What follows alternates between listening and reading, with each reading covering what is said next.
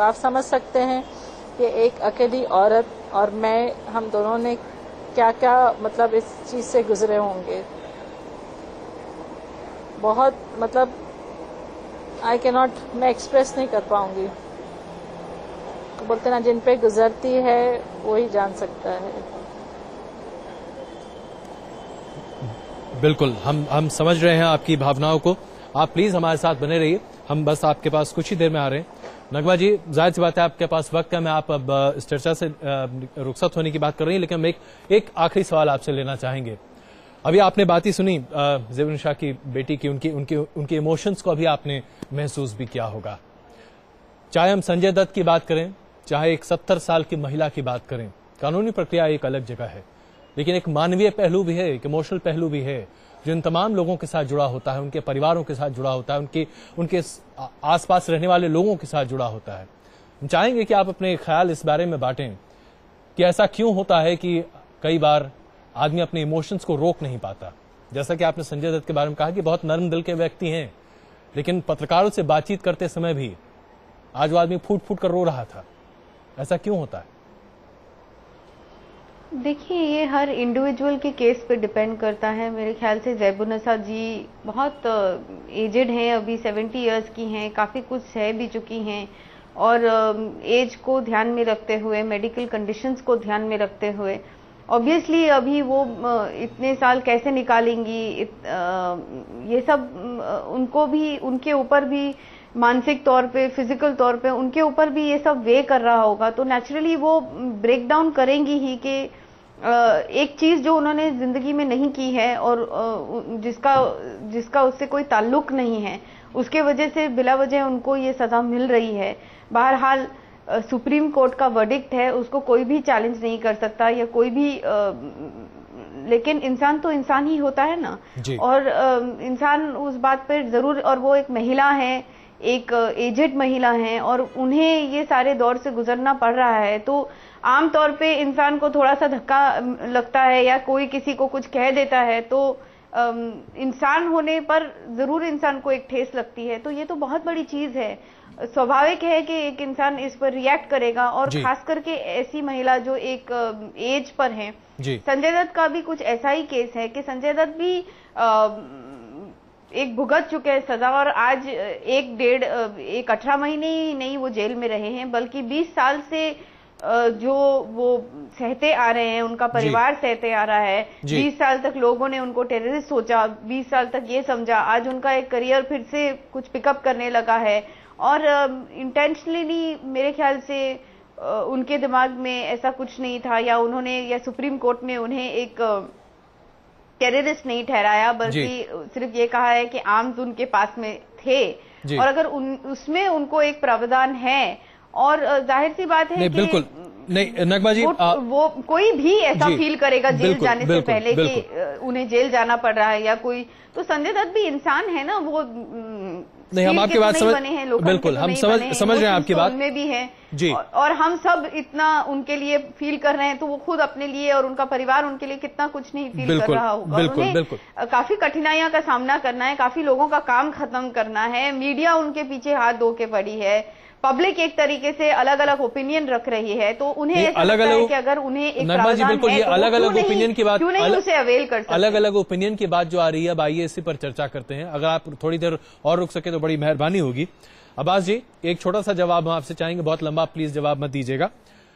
आपने कहा कि और लोगों को माफी क्यों नहीं, एक आभा जी भी हैं, उन्होंने ये कहा है कि संजय दत्त की माफी की बात अगर सामने आती है या फिर ज़ेबुन्निसा की माफी की बात सामने आती है तो इससे देश में गलत संदेश जाएगा। सबसे पहले हम ये उनकी बात सामने रखना चाहते हैं, फिर अब्बास जी के पास जाना चाहेंगे कि दरअसल वो इस तरह से और लोगों को भी इस पूरे लिस्ट में जोड़ना चाहते हैं, तो क्या पूरा मामला कहीं डिरेल ना हो जाए। तो पहले जरा आभा जी की बात देखते हैं, फिर अब्बास जी के पास चलते हैं।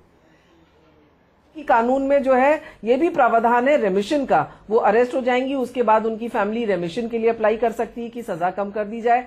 साथ ही में वहां पे परोल का भी प्रोविजन है, वहां पे डॉक्टर्स भी होते हैं। तो सबसे पहली बात है कि अगर बॉम्ब ब्लास्ट जैसे संगीन जुर्म में इन लोगों को जेल हुई है तो वो सजा दी जानी चाहिए, क्योंकि संजय दत्त जो है उन्होंने AK-56 लिया है, हैंड ग्रेनेड लिया है, टेररिस्ट से लिया है, और वो भी खतरनाक पाकिस्तान बेस्ड टेररिस्ट जो अनीस इब्राहिम है, जो दाऊद इब्राहिम के भाई हैं, मोहम्मद दोसा है, अबू सलेम है, ऐसे टेररिस्ट से। और उस वक्त लिया है जब मुंबई ब्लास्ट की पूरी एक साजिश की जा रही थी, मुंबई ब्लास्ट की 93 की। तो ये कहना कि संजय दत्त ने सिर्फ एक सेल्फ डिफेंस में लिया है, वो एक गवर्नर को गुमराह करने की बात है, देश को गुमराह करने की। ये बातें भी सामने आ रही हैं नगमा जी, चाहे हम ज़ेबुन्निसा जी की बात करें या संजय दत्त की बात करें। ये आखिरी सवाल हम आपसे लेना चाहेंगे, जाहिर सी बात है आप जानना चाहती हैं, तो सिर्फ हमें यह बताइए कि ये जो एक विरोध का एक दूसरा स्वर भी उठ रहा है, आपको लगता है कि जायज है या नाजायज है? देखिए, मैं आबा जी का आदर करती हूँ और जाहिर सी बात है कि वो लॉ के बारे में हमसे कहीं ज्यादा जानती हैं, लेकिन एज अ नॉर्मल आम नागरिक मैं इतना जानती हूँ कि supreme court is the ultimate, और सुप्रीम कोर्ट ने अपनी वर्डिक्ट दी है। उन्हें सुप्रीम कोर्ट ने सारे पहलू देखने के बाद उन्हें कहा है कि ये आर्म्स एक्ट के अंदर आते हैं और टाडा के अंदर कोई टेररिस्ट नहीं है, इन्होंने कुछ आर्म्स रखे थे और आर्म्स के तहत में उनको ये सजा मिल रही है। और जस्टिस काजू जो कि सुप्रीम कोर्ट के जज रह चुके हैं, जब वो ये सब केस पढ़ने के बाद, जानने के बाद कह रहे हैं कि ऐसा एक प्रावधान है as an actor to actor, as a colleague to colleague, मुझे ऐसा लगता है कि सुप्रीम कोर्ट ने ये सारी बातों पर सोचने के बाद, विचार करने के बाद नगमा जी कोर्ट का प्रावधान नहीं है, ये अब वो वर्डिक्ट में हमें जाकर फिर उसको डाइसेक्ट बाइसेक्ट करने की जरूरत नहीं है।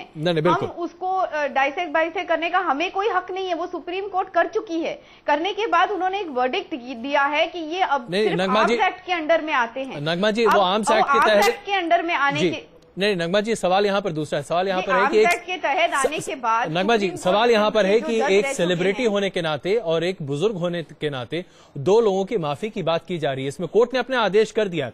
नगमा जी आपका बहुत धन्यवाद, हमारे साथ आपको निकलना है इसलिए हम आपसे ये सवाल नहीं ले रहे, लेकिन ये सवाल हम रजा मुराद जी के सामने रखना चाहेंगे। रजा मुराद साहब, दो अलग अलग केस हैं, एक संजय दत्त जो कि सेलिब्रिटी हैं और एक ज़ेबुन्निसा जी की बात है जो कि 70 साल की महिला है, और जाहिर सी बात है हर कोई चाहेगा कि उनकी सजा जितनी कम हो सके उतना बेहतर है। लेकिन एक दूसरा पहलू भी है जो मानता है कि अगर ऐसा किया जाएगा तो एक गलत एग्जाम्पल रखा जा रहा है। आपकी क्या राय है इस पर, एक छोटा सा जवाब चाहेंगे? देखिए, गलत एग्जाम्पल की कोई बात नहीं है। डॉक्टर कमांडर नानावती का जो केस है वो एक जिंदा सबूत है।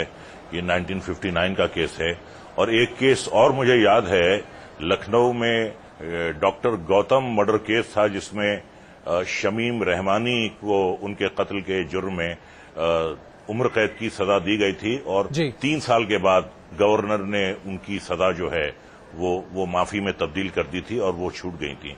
तो देखिए, अगर हमारा ये कॉन्स्टिट्यूशन हमें ये एक फैसिलिटी दे रहा है कि सुप्रीम कोर्ट के वर्डिक्ट के बाद भी आप अपनी कोशिशें जारी रख सकते हैं, तो मैं नहीं समझता कि उसमें कोई हर्ज है।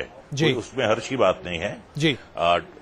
डॉक्टर काटजू ने जस्टिस काटजू ने ये बीड़ा उठाया है and I wish him all the best ji. लेकिन एक बात जरूर है, जो हम लोग इतना शोर मचा रहे हैं, हम जो इस मुद्दे को लेकर हम इतना ज्यादा हम डिस्कस कर रहे हैं, कहीं ऑनरेबल सुप्रीम कोर्ट को या मिस्टर गवर्नर या राष्ट्रपति को ये ना लगे कि मीडिया जो है प्रेशराइज कर रहा है, लोग प्रेशराइज कर रहे हैं, तो उसका एक गलत मैसेज भी जा सकता है, उसका एक नेगेटिव नतीजा भी आ सकता है। मीडिया में चर्चा की वजह से अगर कोर्ट्स अपने आदेश के लेकर प्रभावित होने लगे तो शायद वो अपना काम सही तरीके से नहीं करेंगे।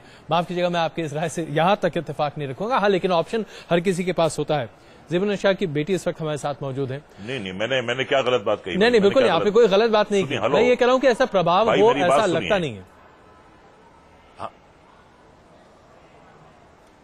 नहीं, मेरी बात सुनिए ना। देखिए, एक बात जो है, आप बार बार अगर आप एक ही बात कह रहे हैं, बार बार एक ही बात को आप हिट कर रहे हैं, तो कहीं ऐसा उनको ना लगे कि मीडिया के जरिए इस केस की पैरवी करने में उनको प्रेशराइज किया जा रहा है। मेरा कहने का मतलब ये है, एक जो काम इस सिलसिले में करना है वो खामोशी से भी किया जा सकता है, बिल्कुल, और वो काम जो है एक नॉर्मल तरीके से भी किया जा सकता है। नहीं, बिल्कुल, जो लोग कर रहे हैं वो तो जाहिर सी बात अपना काम कर ही रहे होंगे। ज़ेबुन्निसा जी की बेटी इस वक्त हमारे साथ है, हम ये सवाल आपसे जानना चाहेंगे। जी। एक विरोध का स्वर भी है जो कि उठ रहा है और माना जाता है कि शायद ये एक गलत एग्जाम्पल होगा। ये बात हमने अभी आपके सामने रखी भी। जाहिर सी बात है ये हमारे चैनल की ना तो इस पर कोई राय है ना ये हमारी कोई इस पर टिप्पणी है, लेकिन हम आपसे जानना चाहेंगे जो लोग इस तरह की बातें कहते हैं, जब आप ये बातें सुनती हैं तो आपके दिल पर क्या गुजरती है?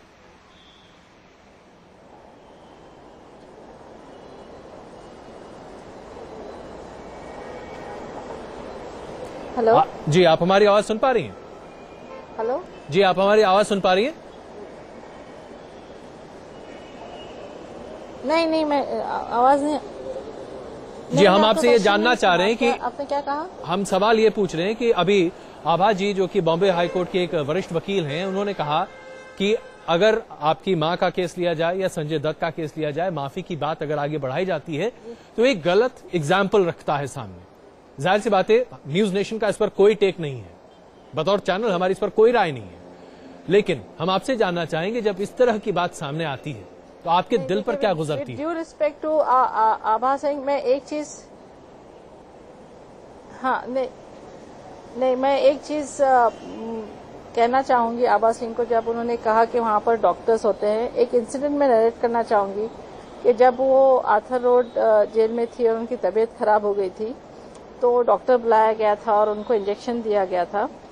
तो वो इंजेक्शन का रिएक्शन ऐसा था कि आज तक उनके बदन पर खुजली शुरू होती है और उनको आज तक वो एंटी एलर्जी टैबलेट लेनी पड़ती है। जी। So I am very scared. आप समझ रहे हैं मैं क्या बोल रही हूँ? जी। तो एक बात तो वो है, और गलत एग्जाम्पल सेट तब होगा जबकि वो गिल्टी हो और वो पार्डन मांग रही हो। आप उनका केस तो पहले पढ़िए। बिल्कुल। मेनन साहब, हम आपसे जानना चाहेंगे ये जो दो पक्ष हैं इस पूरे मामले के, एक पक्ष जो कि लगातार पैरवी कर रहा है और इस पर एक सहानुभूति का पक्ष भी साथ साथ जुड़ता है कि भाई एक महिला जो 70 साल की हैं उन्हें अगर माफी मिल सकती है तो इसका प्रावधान का इस्तेमाल क्यों न किया जाए, संजय दत्त के लिए इस बारे में पैरवी क्यों न की जाए। जस्टिस कार्जो ने यह चिट्ठी राष्ट्रपति को भेज भी दिया, न्यूज नेशन ने अभी अपने दर्शकों को बताया भी है। दूसरा पक्ष कहता है कि नहीं ये गलत है, सेलिब्रिटी स्टेटस के बेजा इस्तेमाल की बात सामने आती है या फिर उम्र का हवाला देकर आप कहीं ना कहीं राहत लेने की बात करते हैं, गलत मैसेज जाएगा। क्या लगता है आपको, क्या ये वाकई में दो अलग अलग पहलू देखे जाने चाहिए? सिक्के के हर दो पहलू होते हैं, इसमें तो कोई दो राय नहीं है, कोई नई बात नहीं है। जिस समय हम ट्रायल करते हैं कोशिश पहले ये होती है कि एक्विट हो हमारा क्लाइंट, नहीं एक्विट होता है तो क्वेंटम ऑफ सेंटेंस पे जज सुनते हैं और उस पे हम यही दलीलें रखते हैं, इसको जेल भेजने की बजाय इसको प्रोबेशन पे छोड़ दिया जाए या अंडरगॉन कर दिया जाए। लेकिन वो भी इस समय स्टेज निकल गई है क्योंकि ऑनरेबल सुप्रीम कोर्ट ने इनकी सजा 6 साल से 5 कर दी है और दूसरी महिला को 10 साल दे दी है। लेकिन अब तो एक ही सवाल है कि गवर्नर के आगे जो पार्डन का एप्लीकेशन गया है जी, क्या वो मंजूर होना चाहिए, नहीं होना चाहिए। उसके लिए जो धारणा दो प्रकार की है, एक पक्ष ये कह रहा है, कुछ लोग कह रहे हैं कि नहीं होनी चाहिए। उसके साथ मैं एक बात जरूर कह सकता हूं कि पनिशमेंट का मतलब क्या है, क्यों पनिशमेंट देनी चाहिए। वो इसलिए कि आदमी का खुद उस आदमी को सुधार के लिए और दूसरा एक समाज में एक संदेश जाए कि अगर इस तरह का कानून की उल्लंघना करेगा तो उसको इस तरह से सजा मिलेगी। लेकिन इस केस में एक चीज तो ये है कि महिला जो टाडा में कन्विक्ट हुई हैं और जो संजय दत्त हैं वो टाडा में कन्विक्ट नहीं हुए हैं। संजय दत्त को टाडा में कन्विक्शन नहीं बल्कि बरी किया गया है, ट्रायल कोर्ट ने किया है। उसके खिलाफ सीबीआई ने कोई अपील नहीं करी है, लेकिन suo motu honourable supreme court ने भी कोई संज्ञान उस पर नहीं लिया है। लेकिन इसी केस में मैं एक एग्जाम्पल देना चाहूंगा। मैं कर रहा हूं मकोका के केस को अक्यूज के अबू सलेम के। अबू सलेम को इसी भारत सरकार ने और इसी इन्वेस्टिगेटिंग एजेंसी ने जाके पुर्तगाल में ये अंडरटेकिंग नहीं दी है कि उसको डेथ पेनल्टी नहीं दी जाएगी जी। क्या वो इस देश की इन्वेस्टिगेटिंग एजेंसी नहीं थी ये? चूंकि उनको लाना था हिंदुस्तान में इसलिए अंडरटेकिंग अंडर प्रेशर दी गई है। वहां पे फूलन देवी को सरेंडर करा के उनको बाद में बेल दी गई है, इसीलिए बेल दी गई है। किस वजह से बेल दी थी उस समय, अगर आभा जी को या मेरे सुनने वाले दर्शक अगर ये को याद हो कि फूलन देवी तो उसके बाद मेंबर पार्लियामेंट भी बनी है। बिल्कुल, तो हर किसी को ये हक है सजा के बाद माफी की अपील करने का हक हर किसी को है। मेंटेन रख दिया बिल्कुल मान साहब, आपकी बात आपने अपनी बात बड़ी इफेक्टिवली यहाँ रखी है। एग्जामिन करने के बाद गवर्नर क्या डिसीजन लेते हैं। बिल्कुल। अब्बास काज़मी साहब, एक आखिरी सवाल आपसे, इससे पहले कि हम ज़ेबुन्निसा जी की बेटी के पास एक आखिरी सवाल के लिए पहुंचे। काज़मी साहब, आपने एक और शख्स की अपील इसके साथ जोड़ दी है, आपको लगता है कि ये रास्ता इख्तियार किया जाना चाहिए? एक छोटा सा